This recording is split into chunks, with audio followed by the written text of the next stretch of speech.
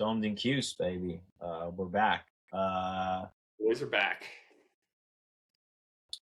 Happy New Year. It's almost 2026. 2025 has been great. It says we started. It's been going great since we started. I feel like we've got a nice little community.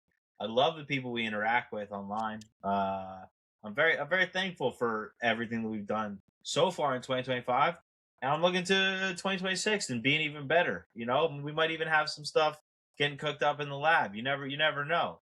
Never. But yeah, I'm excited for 2026. 25 is a good year, dude. It was our experimental year.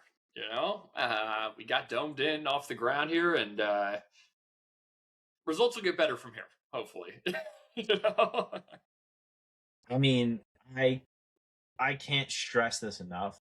Um, our success is going to be 100% tied to the Syracuse football and Syracuse basketball team success. So I love this project. Obviously, we have a blast doing this. We do this anyway. We do this every day, whether we're on the mic or not on the mic. We do this every day. But I have a blast doing this, and our success is 100% going to be tied to their success.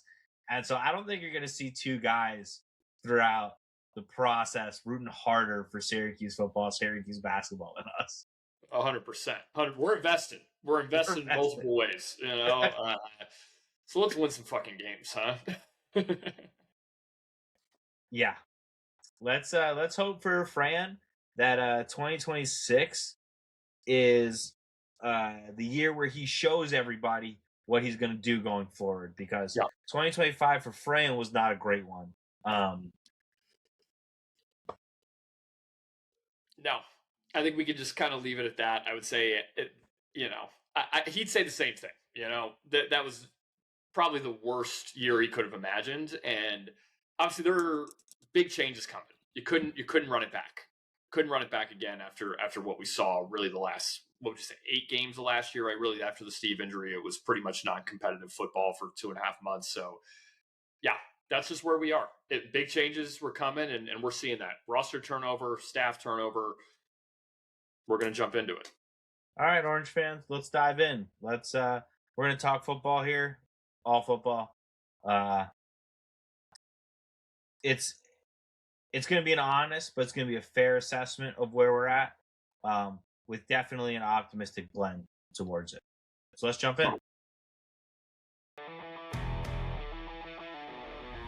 You're watching Domed in Cuse, the quick hit podcast for real Orange fans.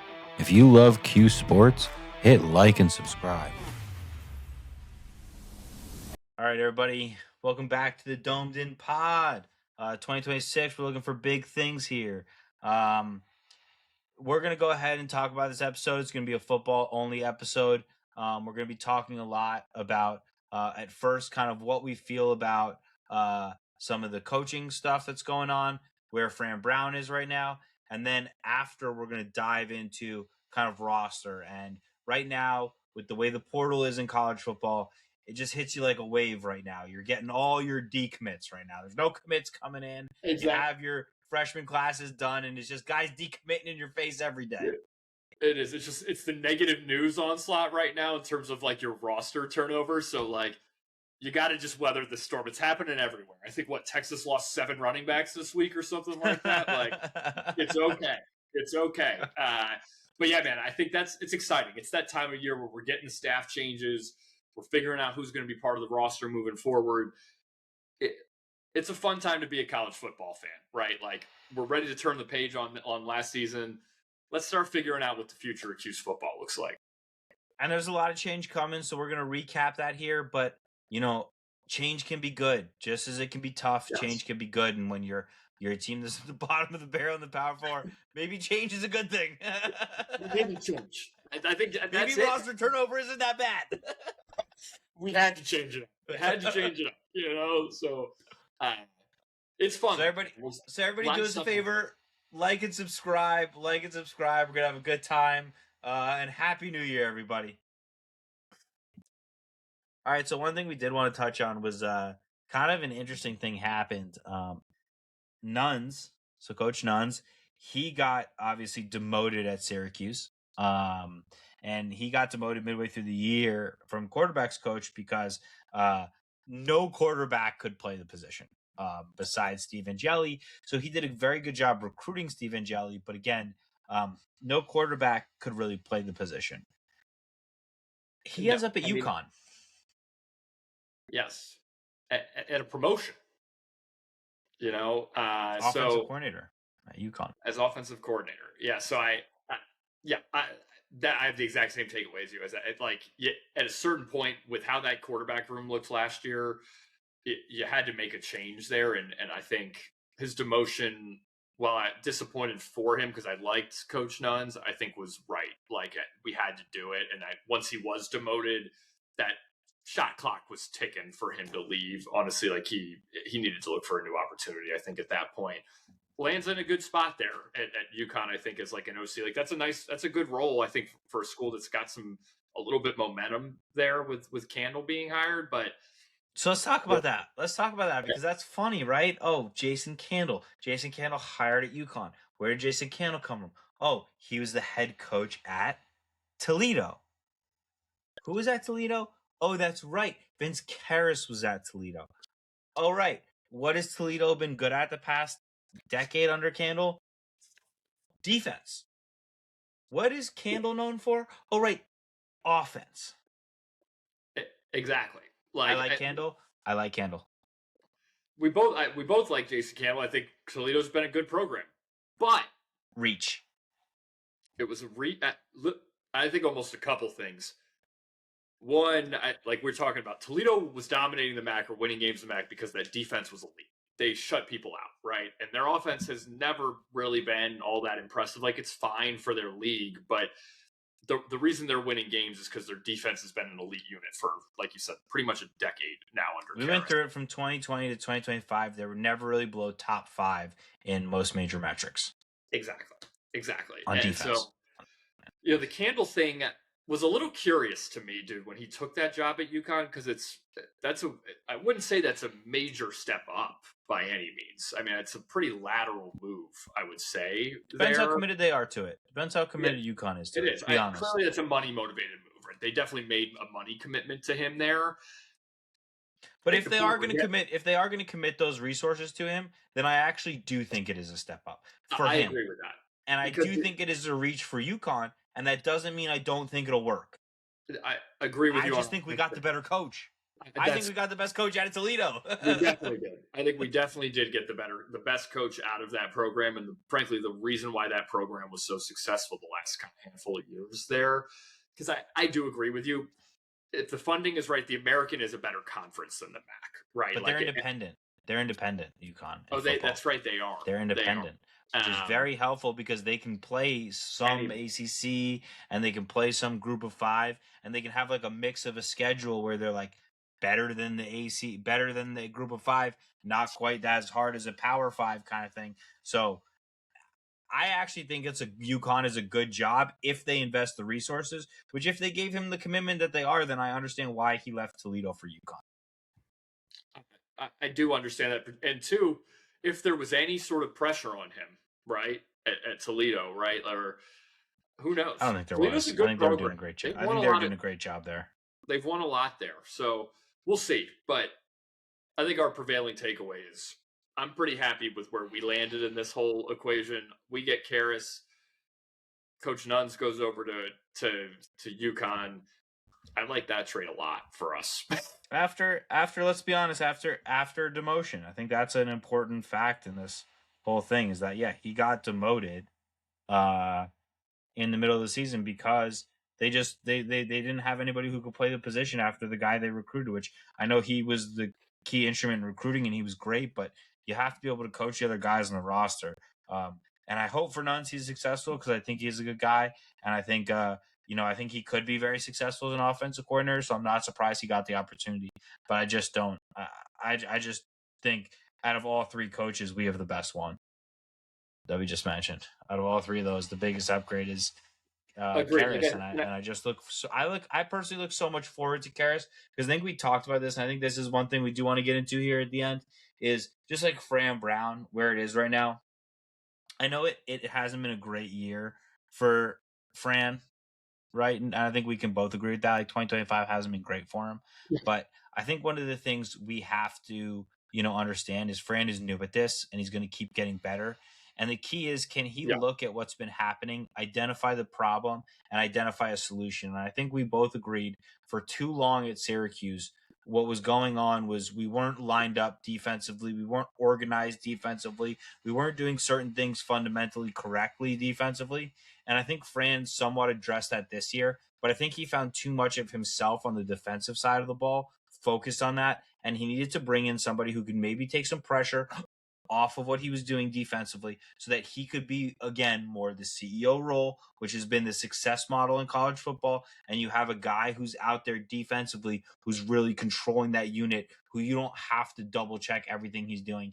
And I think that's Karras. And I think that's where this whole conversation lands is Syracuse needs to do a better job of hiring guys that take pressure off of Fran Yeah. so that Fran can continue to do what Fran is great at, which is being the CEO of the program.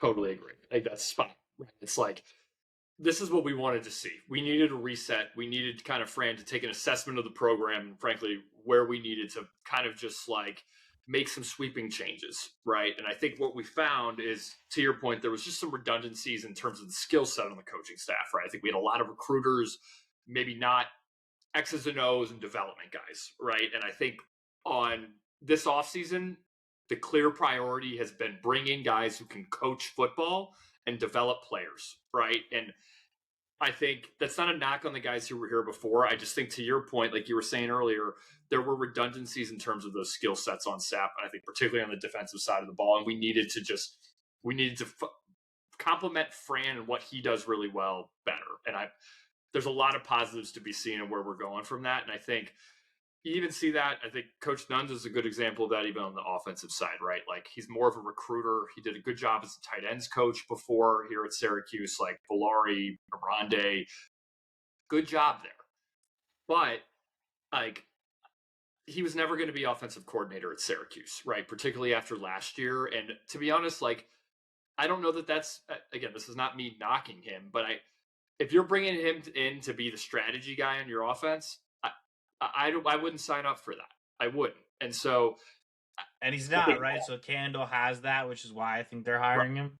He's bringing him in to be the recruiter for him, and like that, I get that can work, right? And so, I think it's just all about kind of resetting and assessing where we need to be from a strengths and weaknesses standpoint on the staff. And I think we've done a really good job, to your point, assessing and filling those roles as priorities this offseason.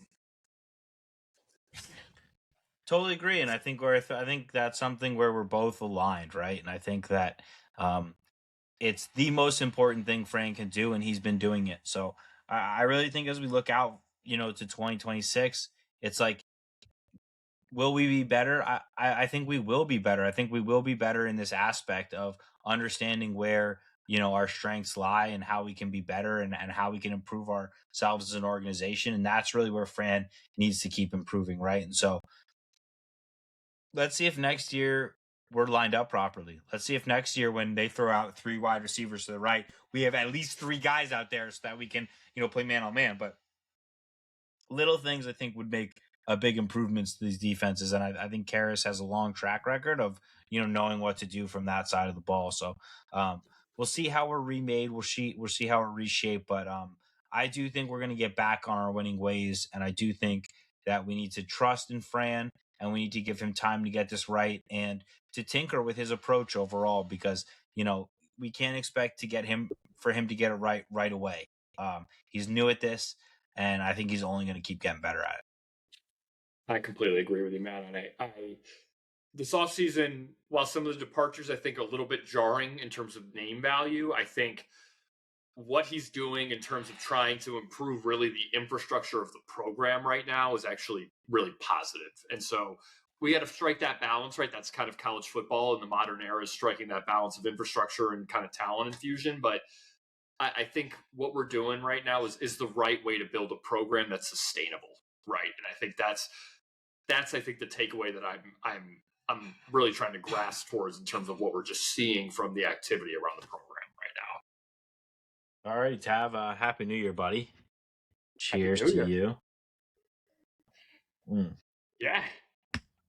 What a year, 25. Not doing a dry January, I'll tell you that shit. All right. Not this year. Not ever. Yeah, not ever. Kind of with you on that. Yeah, I'm good. I mean, the problem with dry January, and this has been covered, there's too much going on in January. You know? Yeah.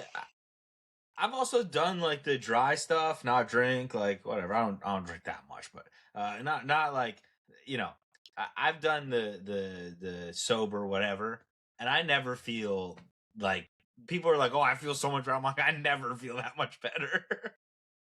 I'm just fine. It's fine. Right. It's tough to shake up your equilibrium, you know. That's a known fact about you through the years, you know. Whatever. Yeah, I'm just gonna throw that out there, see where it went, you know. I'm in the holiday malaise. I know how to get worked up. I know how to get worked up, but I'm gonna get worked up whether I'm sober or whether I'm drinking, so it doesn't really matter. I'm in that stretch between the holidays and New Year's right now, just the general holiday malaise. Like the brain is operating at about 60% capacity. We'll get back to it. Fact. I think that's a fact. I think that's why you haven't seen a lot of us in the last couple of weeks. You know, we've been with family, we've been, you know, traveling, and so like we're back now.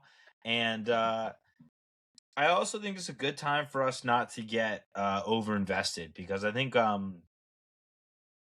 we know college football has changed, and you know college basketball is changing too. We've seen a lot of that crazy shit. We'll talk about that. Don't worry. But college football, we know it's changed, and we know that times are different than what they used to be. So when it comes to stuff like the transfer portal, we just expect that what's going to happen is this crazy transfer portal where you just get a ton of guys leaving, and it doesn't feel great. Every day you're like in this, who's going to leave next? Who's going to be the next guy to enter the portal? The portal hasn't exactly opened, but everybody's still leaving for the portal. So you're not getting any good news. You're just getting all the bad news and just hitting you straight in the face with, oh, this guy's going, and then that guy's going. And the other thing is, you know, I saw a lot of people pointing out the Yazin Willis one as an example of like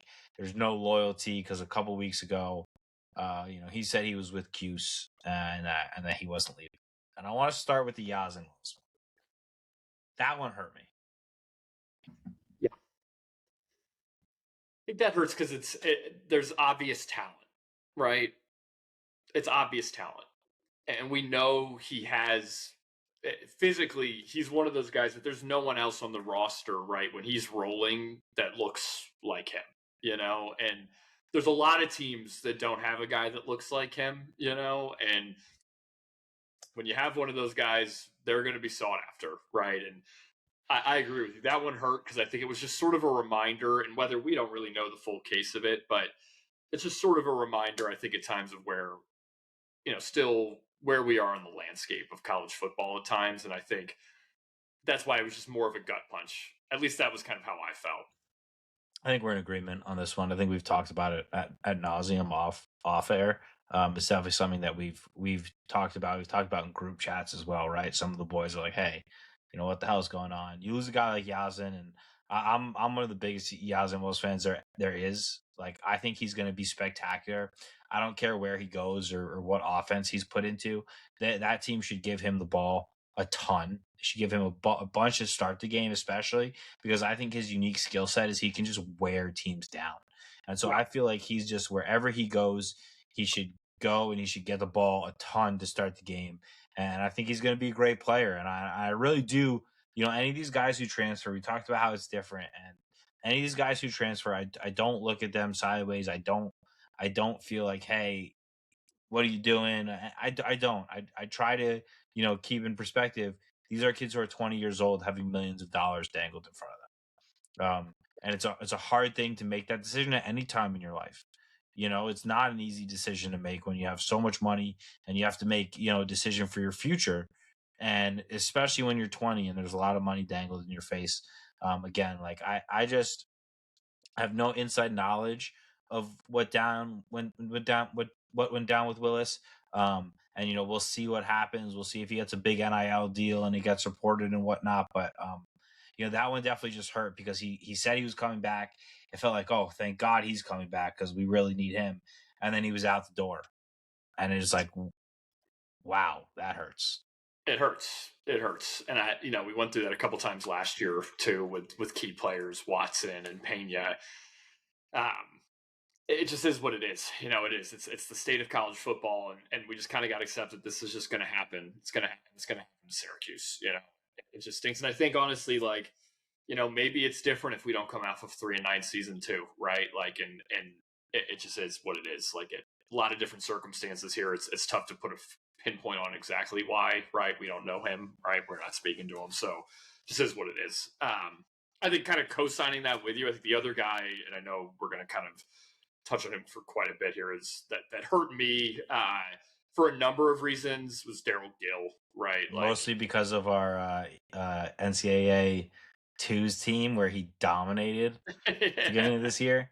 We were like top to let everybody know, we were like top 5, top 1% of players doing our ultimate team at the beginning of the year.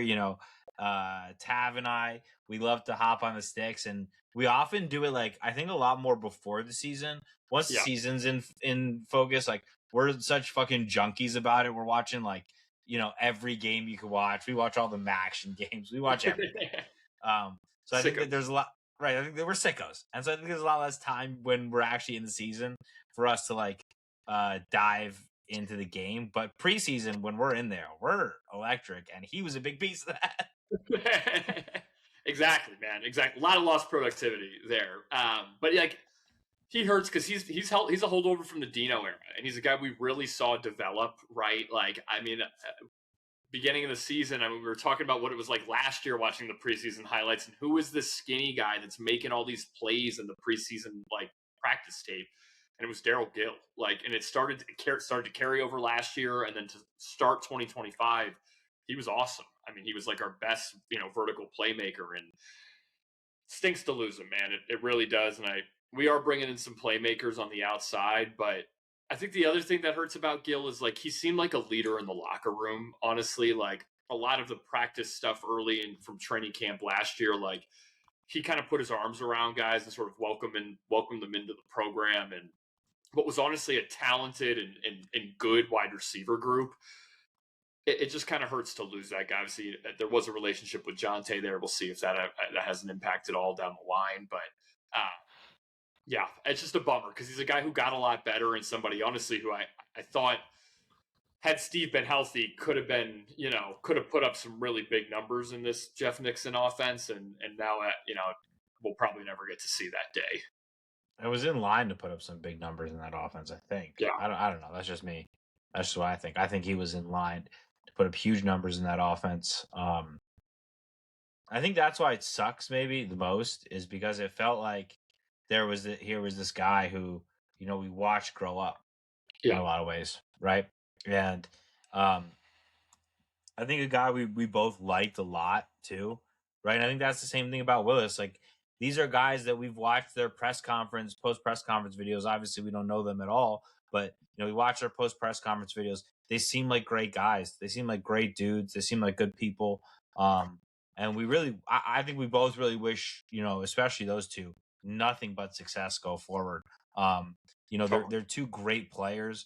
I personally think wherever Gill goes, again, like just like Willis, I think that team's getting a star player. I think they're both just really, really good. I think in this year's offense, they didn't get to show what they were able to do.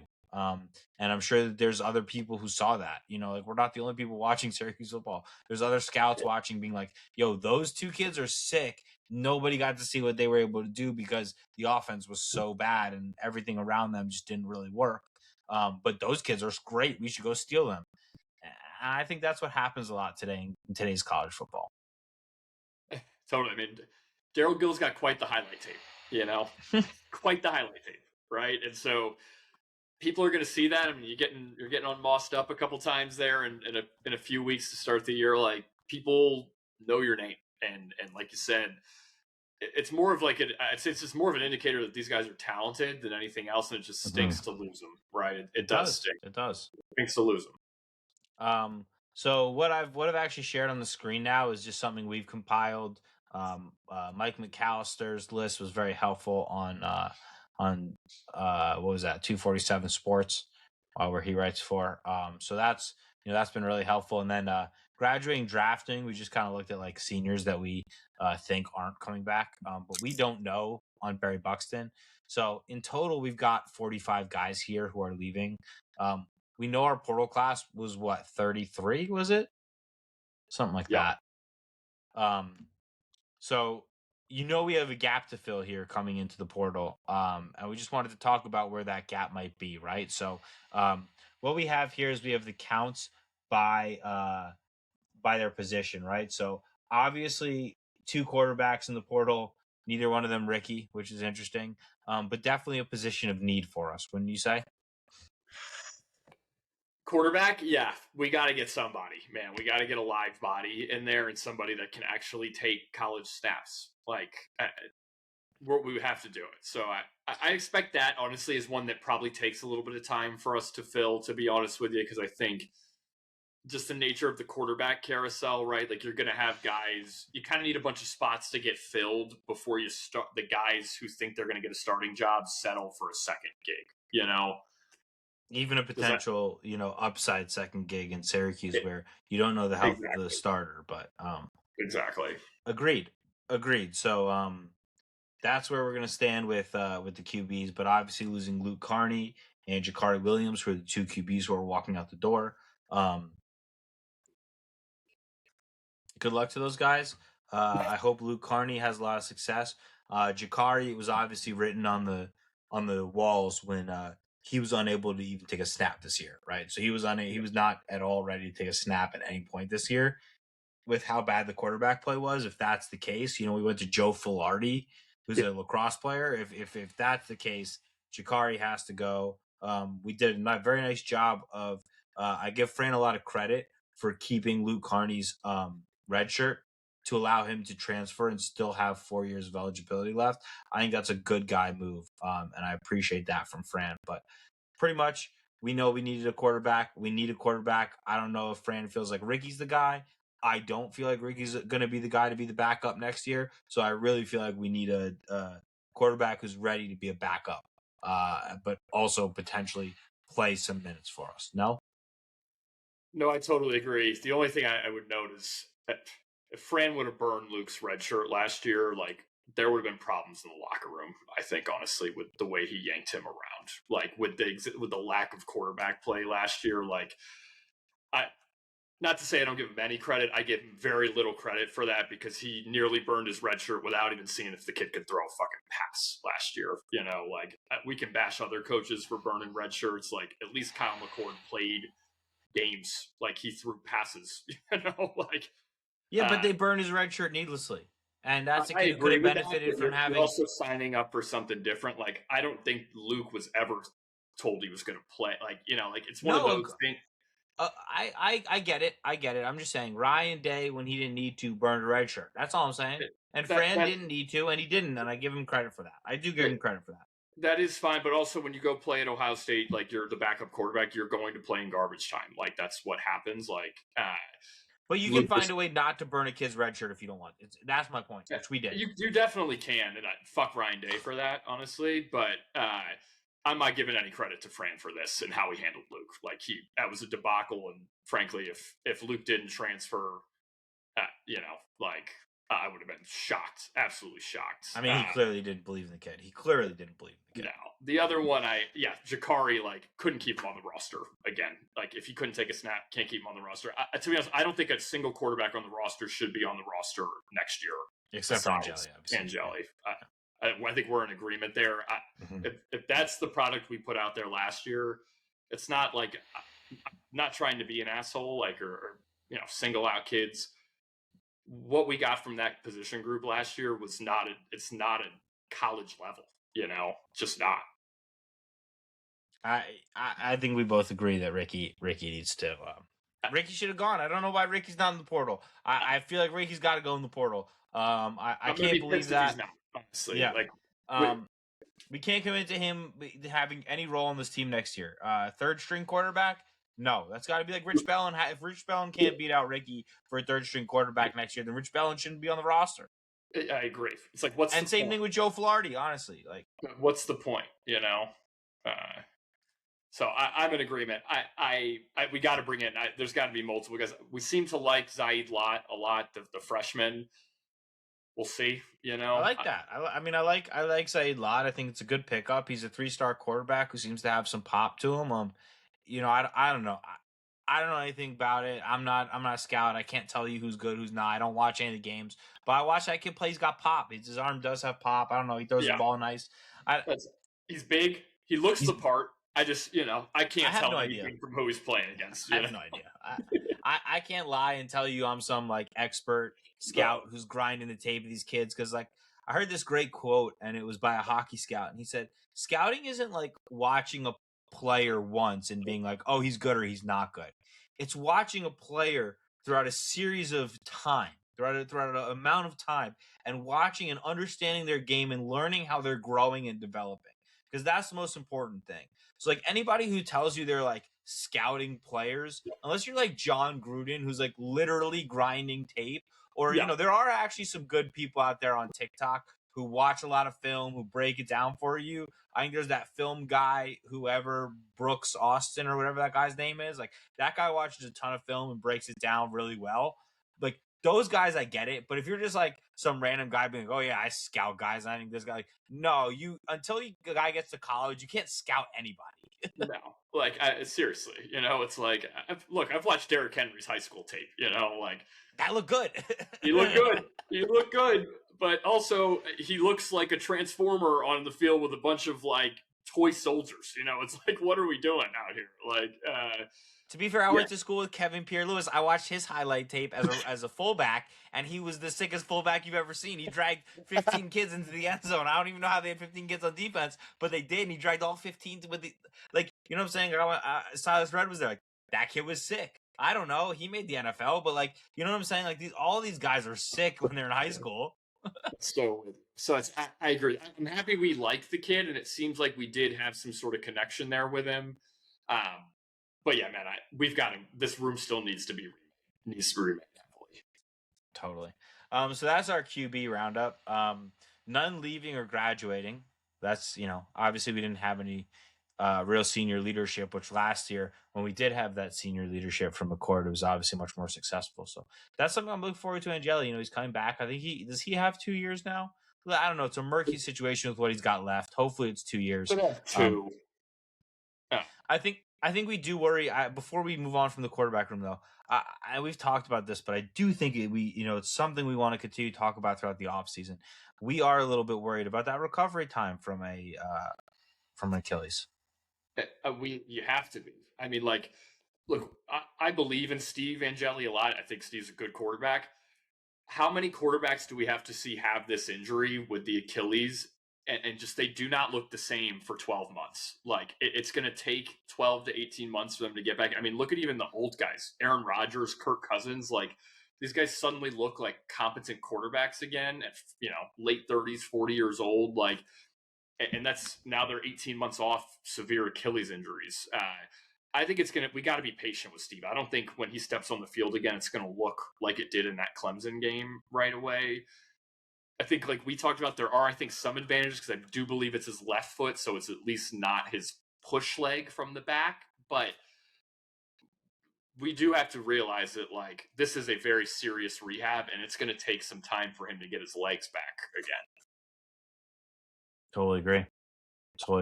I think that's the main thing, right? Is you have to be prepared, which obviously we weren't this year. You have to be prepared with something else to do because if option A doesn't work, without getting anything in the portal, it looks a lot like last year.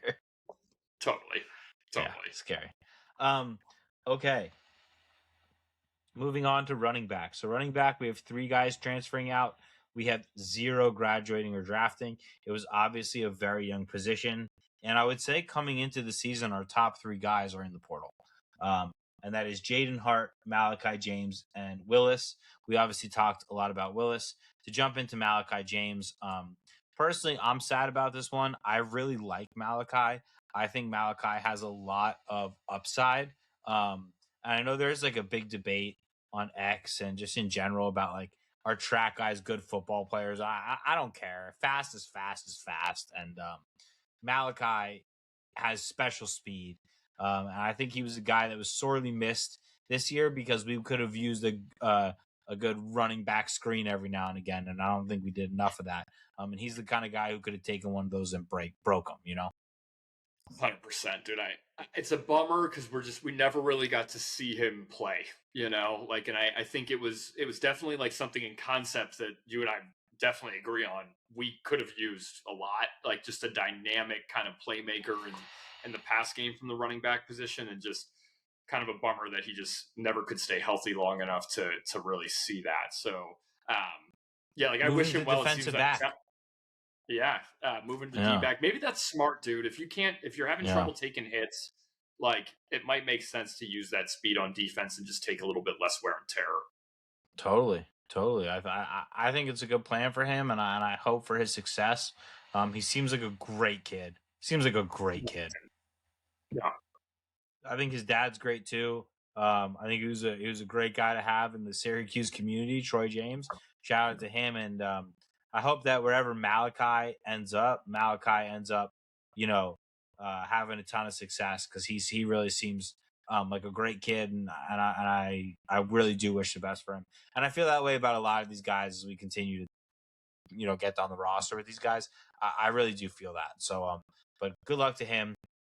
Moving on to the O-line, we have 2 guys transferring, and we have 3 guys that we think are graduating. So I think we start with the guys who are graduating here. We have Collins, Ferguson, and Weatherspoon. Obviously, all starters this year. When Collins went out, I don't think we had another Planet Center, unfortunately. Put it lightly. Ferguson played a lot. Yeah. So did Weatherspoon. They played. They give us a lot of snaps. Yeah. We need to do better. I got to be honest with you. We have to refill these positions with more talent than what's leaving. And in terms of guys leaving, we have Carter Clark who's leaving at O-line, and we have Josh Miller. So Josh was a backup. Carter Clark hasn't played yet at all. Josh Miller was like, you know, substituted here, substituted there. He played a little bit of center. He played a little bit of guard. Did a little bit for us. To me, he's like a solid player, but he's like kind of more of a utility offensive lineman in college. Yeah. I think for his career, the best thing he could do is go to like a little bit lower, maybe group of 6 type school where he could play a bunch. That might be helpful for him. But essentially, this is an acceptable amount of loss, I think, at this position. Yeah, I agree. Like, we had some older guys leaving. I expected a few guys to leave from this position group. I don't know, man. Like, we talked about this. This group just needs to get better. This is probably, I'd put this in D-line as obviously our 1 and 2 needs in the portal, wherever we want to kind of shake those out. This is just a group that needs work regardless. And the guys leaving, kind of fine with, like, not a big deal. And like you said, even the guys who played a lot of snaps last year, like, we got to improve that. So, like, Ferguson and Weatherspoon, I think Weatherspoon at times, I think, was okay at right tackle. I think Ferguson struggled, quite a bit at times at right guard, particularly in the schemes that we were asking him to play. We just got to find guys who fit what we're trying to do a little bit better, you know? Agreed. The center position too, I know you called it out. It was an absolute debacle after Collins got hurt last year. I mean, there was no other answer on the roster, and obviously we lost John J. Reed in the portal last year. Petrie got hurt, who was going to be kind of the other center filling in, then Collins shifted over. So that's like a really important position in an offense, and one that wants to throw the ball a lot. And that's got to be a top priority in this offseason, especially with a quarterback who we need to protect coming back next year. Agreed. Agreed. I think that's a super important position. But I think the losses are fine. I don't. Totally agree. We should needed even an have upgrade. guys within who are developing who are starting to get better than this. I know we love Big Byron, so obviously Byron's going to play. He should play a majority of the snaps at whatever guard they want to put him at next year, because he is just really that good. And then I think you also have to hope that maybe some of these guys Fran's brought in the last few years, um, just have the magic, I don't know, right? Like hopefully there's somebody there that we don't know about that hasn't at all done anything yet, but is the guy that we think could do something. I don't know. Does that make sense? No, I think it does, dude. I think it does. Yeah, yeah, completely agree on that. Like, is there anybody you think there is on the roster who fits that right now? Cam Pringle. Yeah, I agree with that. Cam Pringle, I thought Bertrand was good at times last year too. Like those are two guys who transferred in from big time programs and who have the physical ability. I think, and it's just a matter of them buying in. And so if you can get 3 of those spots filled at least internally, that makes it much easier in the portal. And then you don't know who else we have on the roster. Maybe guys do step up. So Matt looked okay at times. So hopefully you can fill 4 of those, maybe even internally. I don't think there's any centers on the roster right now. I don't know who they could always switch a guard to center at this point. They should be able to do that. Whoever is the offensive line coach should have the bandwidth to be able to make a guard a center right about now. If we need it. Like we did it with Collins late last year, and obviously that. Well, no, he portaled in from Louisville, but we were doing it with Petrie. But he was a guard at Louisville. He was both, though, I think, at Louisville. He was both at Louisville, though. I think he started almost entirely at guard. Really? I thought he was both there. I could be wrong. You're right. Regardless, we were doing it with Petrie. Petrie was a guard moving to center. But regardless, I completely agree. Like at a certain point, though, like last year, there was, to your point, there was nobody else on the roster like who could really play it, And it's like I agree with you. Like somebody needs to be talked to now and say you're just a full-time center. Like it's just what you're going to be, or you're going to play both positions. Yeah, I completely agree with you, dude. We got to figure out transitioning and having kind of scenario planning, we'll call it, for the offensive line. Sorry. You got to tip your wait staff, dude. No way, dude. Tipping culture is out of control. All right, so O-line, we're ready to move on. Hopefully we do well enough. Wide receiver. Yeah. 5 leaving, transferring, 1 leaving, graduating. Let's start. We already talked a lot about Gil, so we know that. Justice Ross Simmons, not here as long as Gil, but a very quick fan favorite. I loved him. And I'm so bummed that we just didn't have the right quarterback play to maximize him this year. And honestly, that he just wasn't healthy enough last year. He could have been a playmaker at Cuse, man. And he was in flashes when we had just somebody at the quarterback position. We talked about it, man. He owned that front pylon. And if we could have just had a quarterback who could put the ball in any position for the last 8 games of this year, that would have been a nice card to be able to play all the time in the red zone. I'm bummed for him. He deserved better this year at Cuse, and it just kind of stinks that he had to end his career that way. But I really liked him a lot. Local kid from Rochester. I'm rooting for him. I hope he gets a shot. I don't know if he will, but I hope he gets some training camp looks. He's got the size, to at least try to play professionally, I think. I agree. I co-sign everything you said. I think you said that very well. I think we both lament the idea that we had a very, very good receiving core this year that we just weren't able to take advantage of. Gil and Ross Simmons were the 2 stars really among that class, right? So, yeah, that one hurts, honestly, to not have either one of those guys come back next year, and the fact that we didn't really maximize them this year, especially the way they looked after 4 games. Yeah. So it's going to be tough not to have those guys. Now, it is one of the sneaky deepest receiver rooms, I think, in the country. Notice one name that is not on the transferring list is Jonte Cook. And if we're able to keep Jonte, I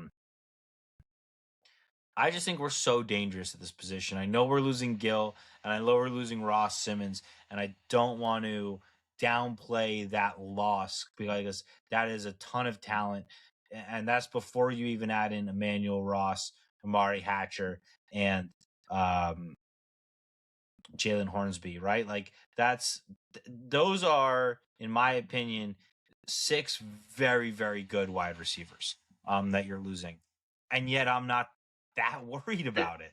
That's what's crazy. Is I was going to say the exact same thing. It's like I'm like very. My concern is very just moderate right now. Like not even very moderate's even high. Like I'm pretty content. We have this is just a position group that we've recruited really well.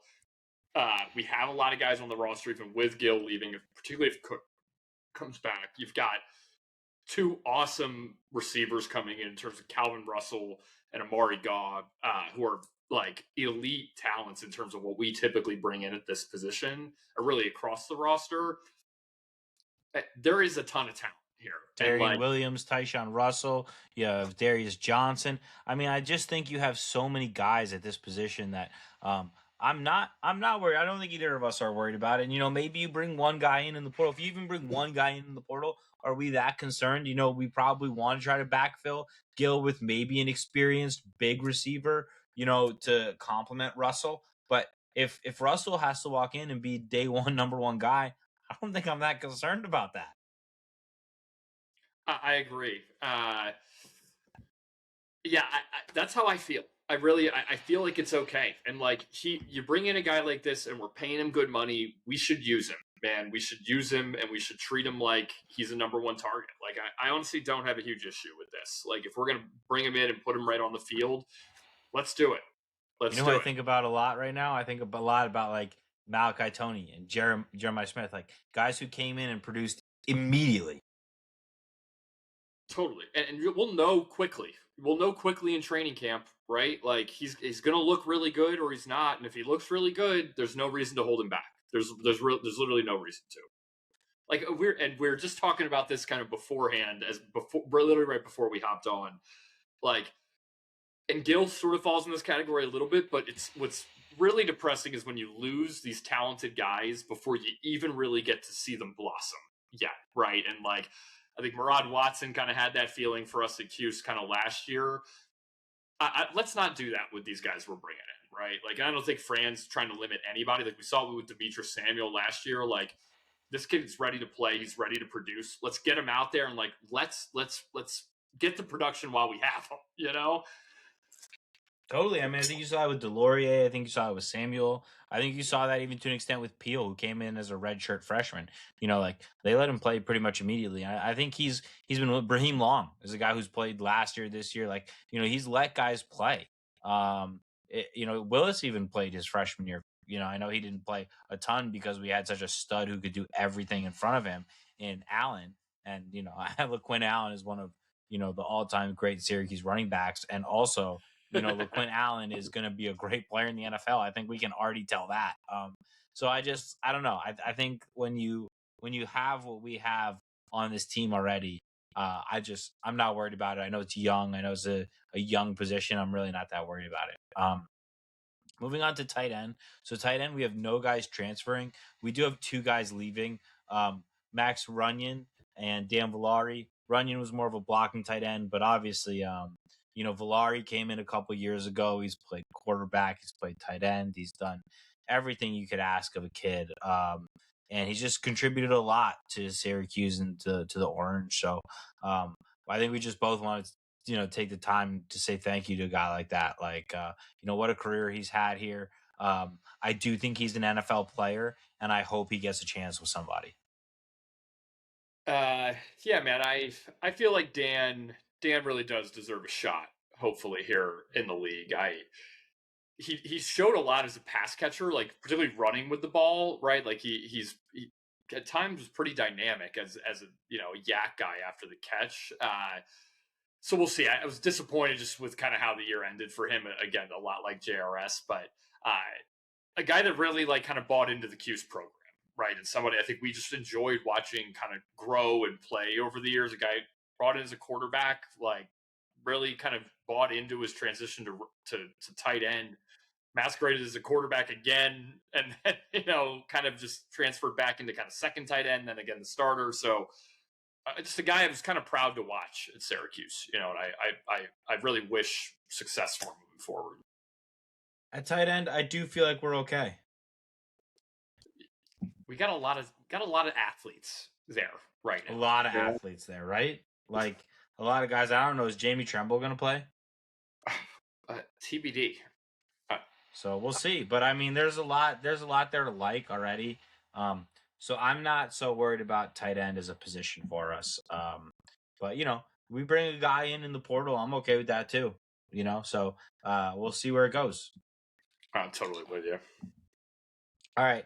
We have a total of 10 defensive linemen entering or leaving the program this year. 7 of them are aging out. So Fuentes Kendiff, Jaquez, Jabity, Rooks, Chris Thomas, Tank. You'd even really count David Reese in there, although he's counted as a linebacker here. And then guys you have transferring out, you have Gillians, who's a big-time recruit, didn't really work out. Lassane, who's part of that first Fran class, where there's a lot of guys leaving from that class and not many guys left from that class right now. And then a personal favorite of Domed in, Chase Simmons. So a lot of guys going out the door, a lot of production to replace. And I think for me, this is probably the biggest thing we need to address in the portal. This and the quarterback, obviously. But this is really, really important for us to address because we just don't have a lot of depth here right now. I mean, I don't even know if we have – I don't know if I want to make this declaration, but I'm not sure we got one startable player on the roster right at this I think we do. Perry, I thought was really good last year until he got hurt. Yeah, permitted Perry does come back. I agree with that. Rashard Perry is a good player. David Amanporiola, I don't know if we're counting him as a linebacker, as the end. I think he's solid. But it's thin. It's thin. You're right about the overall point. There are a few guys who I think are left around the roster who could potentially play. As Hastings still here? He can play. So I think we do have some guys, but we definitely need a lot more. And I don't think this is a position you want to rely on incoming freshmen, no matter how talented they are. It's very rare, I feel like, that incoming freshmen can make a big difference in defensive line. Almost zero production for us here. So, yeah, this is just, I agree with you. We've talked about it now a few times. The trenches on both sides are just so paramount for us to solve right now in this offseason. We've got to bring in some guys. It's going to cost some money. Honestly, it's going to. Like we've got to be prepared to spend on some guys to play in the trenches here. And yeah, unless there are guys we don't know about, unless there are guys we don't know about who are ready to take that next step, which is very possible. There could be guys on the roster right now who we haven't really dove into because they haven't really had a role and they're ready to take a step. So I'm not ruling that out either, right? I know we have guys. It's not like Fran has empty cupboards here, and I do want to give Fran a little bit of credit here as we go along. Like, I agree with you that we need a lot more than what we have. It's got to be a priority. It's got to be a priority to your point. Like we got to fill the cupboard. Make sure this thing is ready to go for the year. I think especially with like senior leadership, right? Because we have a lot. I think we have a decent amount of young guys if we do on the roster. But again, all these guys we brought in that have been here, or guys that have been here, are now leaving. And I think senior leadership in this area is going to be very important too, right? Like, I think that's a big piece of it.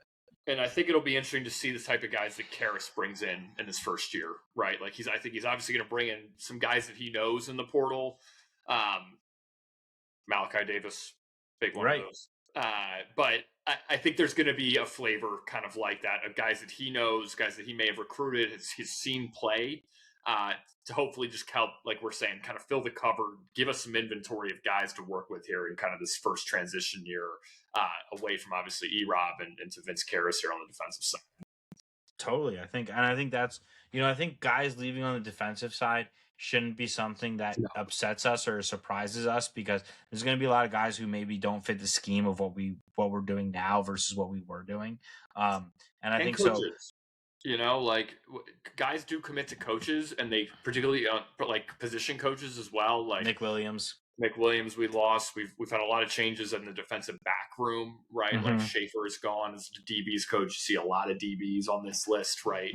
Like that happens. That matters, and it's part of the college football experience right now. Really, Agreed. always. I think right. I agreed, and I think it's a big. I think it's a big thing, and I think that's why when you bring in a guy like Karras, your hope is that he can help you replace those cupboards with guys he knows, guys he likes. There may be guys even at the group of 5 level that Karras knows about that the current staff or that people are sleeping on, and he's the guy. He's like, if I ever had the money, I'd get my hands on that guy, and actually, the money it takes to get that guy isn't that much. But Karras knows him well. He's like, let's go pluck that guy. So, we're also going to have to watch. So, do we pluck some guys? I'm like, whoa, who's that? Like, that guy wasn't at all on the radar. And if that happens, you're going to be looking at that defensive coordinator spot being like, okay, you filled it with a guy who knows some stuff. You got to take advantage of what he knows. 100%, dude. I mean, it's a different level, but it's what Cignetti did at Indiana, dude. Is he just went around, he plucked all the guys from all the little places he was playing before, and he's like, I know all these guys can play. It wasn't just guys from JMU. He took guys from all over.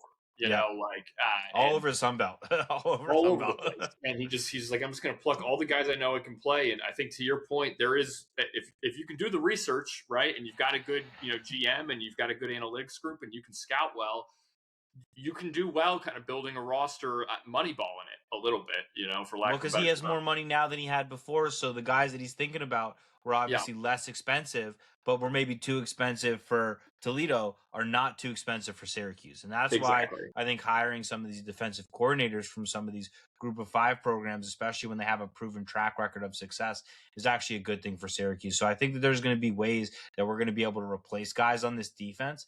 And that's why, I'm not really worried about these spots. So as we get to linebacker, we're losing 6 guys. We know the linebacker position was precarious at best for us last year. It needs to be better. I think Gary Bryant's coming back. Gary Bryant was kind of listed as a senior on the Syracuse website, so he might be gone. But I don't know about Gary Bryant. I hope he's back. But, Antoine Delorier is definitely coming back right now. And as long as he doesn't enter the portal, I feel pretty good with where the linebacker position is going to be. Obviously, the 4 guys leaving, Hurd, Brown, Fatim Diggs, and who's the 4th guy that I'm missing here? Who am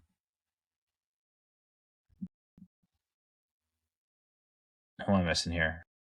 Brown, Hurd, Diggs, Martin. Martin. So, obviously between those guys, not a ton of snaps taken. Not a lot of factoring in. They are guys Fran brought in, and they were maybe guys you were hoping could build into something, but not a lot of snaps taken, and on a defense that didn't have a lot of that position. And then you're losing Anwar Sparrow, who I think we both really liked. Another guy who's been at Cuse a long time and who's played in spot-up minutes, and then David Reese, who was at times maybe our best player on defense last year, and he's 40, so of course he's now leaving college. Exactly. What's funny is David Reese, leaves college and is already off his parents' health insurance, which is pretty wild. Right. Yeah, he's not on the car insurance anymore. Yeah.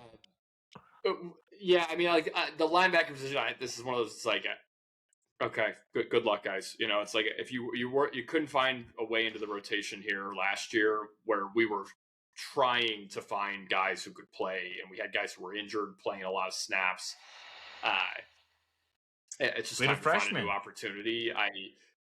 Fatim Diggs is obviously one. It's like I think that was a foregone conclusion when Ebron left. Like obviously there was a relationship with his older brother, so I think just kind of makes sense. Just is what it is with this group. I think Bryant is a junior. I'm pretty sure, so I'm hopeful that he is back. And I know he's a Fran guy, so I would anticipate if he is that should be the outcome. But yeah, I'm interested. This is a position group that I think we are going to be bringing in players. I think Karras will be bringing in guys. We've highlighted a couple: Chris Apollonia. We're hoping for Von Harmon. I feel like Apollonia is the guy we're really hoping for, though, right? Obvious targets. Sorry to cut you off there. I feel like Apollonia, though, is the guy that we are really hoping for. Agreed. I think he's the guy that really fits what Karras wants to do as sort of the roaming, kind of center fielder, Mike linebacker, right? Like guy we do not have on the roster. Right. The guy who's going to wear the headset. Yeah, 100%. I think even bringing back Brian, I think Brian and Delorier would fit well around a guy like Apollonia in Karras' scheme. But that's why I feel like Gary Bryant and Delorier are both good players, but they're a lot of the same player. Agreed. And we miss a lot of foot speed, a lot of coverage in our linebacking position last year. And especially in Karras' position, having one linebacker who roams, like you're saying, one guy who covers, and one guy who thumps. Those are two very important things. And I think having multiple guys who thump is a good thing. That's kind of the Bryant Delorier role. And you need a guy who could roam and play the mic and play every down. 100%. I see it the exact same way. And I think Apollonia, if you could go back and read some of the stuff that's been written about him in the past, like Karras really likes the kid. He likes him. He thinks he's like a heady player. He's sort of his extension of a coach on the defensive end of the ball. I think, again, there's no intel on this, just reading. We are not insiders. What we're trying to do, I anticipate that's a player that we do prioritize in the portal here pretty quickly. And he did not play in Toledo's bowl game for what it's worth, So that's, again, like as we're saying, bringing in this guy who we both agree is, an unbelievable hire. Let's be honest. Yeah. Let's hope that works. I'm missing Stangl here. That's why this counts off. Let me fix that real quick. Can't forget about Stangl. Okay. DB is 10 guys leaving. This one is a mix of guys, obviously. Barry Buxton, we are unsure about that. So we have no idea if he's actually leaving or not. Barry Buxton, his eligibility, it's something I just have not been able to wrap my head around for several years now. So he's leaving. Nate Prater's leaving. I'm not even sure he's on scholarship. Tommy Porter, again, not sure he's on scholarship. And then two guys down here who we did want to talk about and just take a second. Deuce Chestnut. So Deuce and Devin Grant. Deuce is a guy who came here, big expectations, had a really good freshman year, cooled off his sophomore year, left to LSU, came back under Fran Brown, had a little bit of off-the-field shenanigans happen that we think was unfairly labeled to him and LeQuint, which caused him to leave the first time around. But I think we both believe that he was an awesome player when he was at Syracuse for the most part.